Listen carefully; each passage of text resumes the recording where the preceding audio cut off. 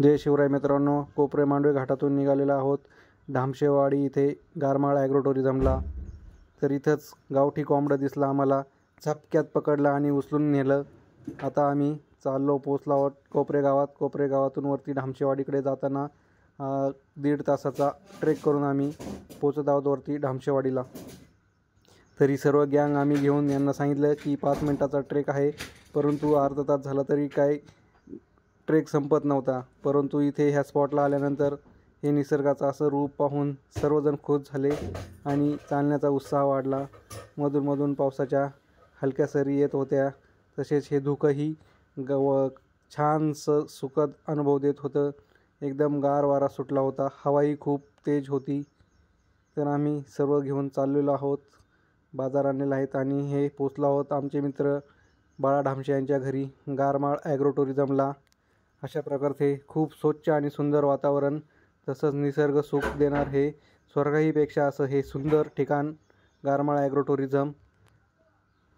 नक्कीच आपण भेट देऊ शकता, पाहू शकता। इथे सर्वत्र आपल्याला एकदम साफ स्वच्छ, एवढा पाऊस पडतो तरी चिखल नाही की काय नाही, कुठे कचरा नाही, सर्व स्वच्छ सुंदर असं हे ठिकाण आहे। तर ह्या ठिकाणी आम्ही आलेलो आहोत। बाळाभाऊंनी सर्व गोष्टींचं योग्य असं नियोजन केलेलं आहे।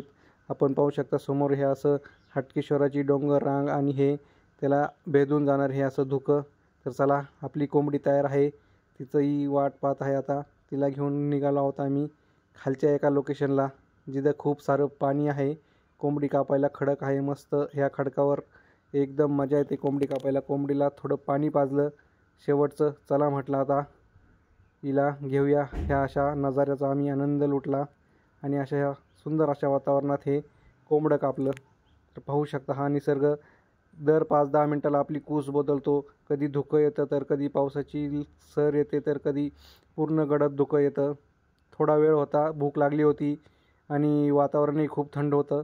मग काय, नेहमीप्रमाणे आपलं मंचाऊ टोमॅटो सूप बनवला, सर्वांनी त्या सूपचा आस्वाद घेतला। मग थोडी एनर्जी आली, तोपर्यंत आमच्या सुदर्शन भाऊंनी कोंबडं कापून तयार ठेवलं होतं, चांगलं धुवून पिऊन तिथंच पाण्यात घेतलं। आता सूप पिऊन झाल्यावर आम्ही कोंबडं घेऊन चाललो आहेत कट केलेलं वरती बनवायला। तोपर्यंत तिकडे महिलांनी सर्व तयारी करून ठेवली होती।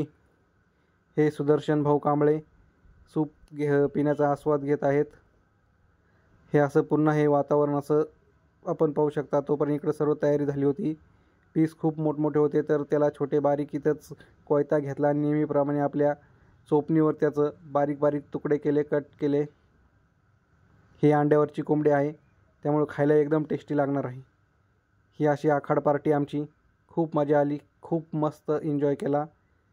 हे असं कचाकच हाडं गावठी कोंबडीची कडक असतात, तुटत नव्हती, अशीच हाताने मोडली आणि ह्या चोपणीवर बारीक बारीक तुकडे केले। पाहू शकता निसर्ग, इथंच गावठी कोंबड्या पण आहेत, आपल्याला दिसू शकतील।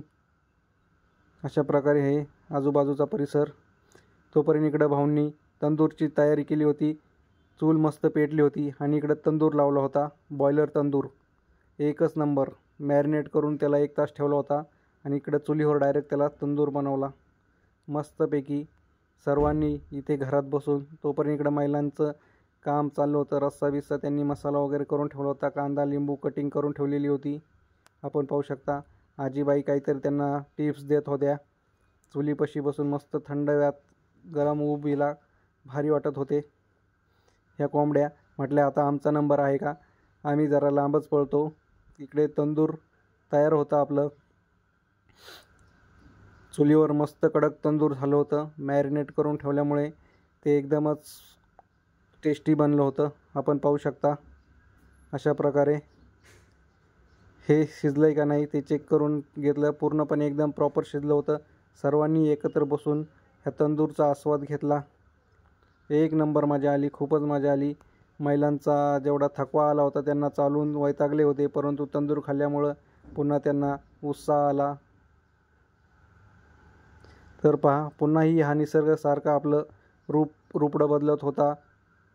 कधी फुल हवा यायची, तर कधी खूप धुकं यायचं, तर कधी ढग नुसतेच आपले पुढे मागे चालत राहायचे। तर हा पाहू शकता खूप असं निसर्ग सौंदर्य आहे, नक्कीच भेट द्या गारमाळ ॲग्रो टुरिझम धामशेवाडी बाळा ढामशे।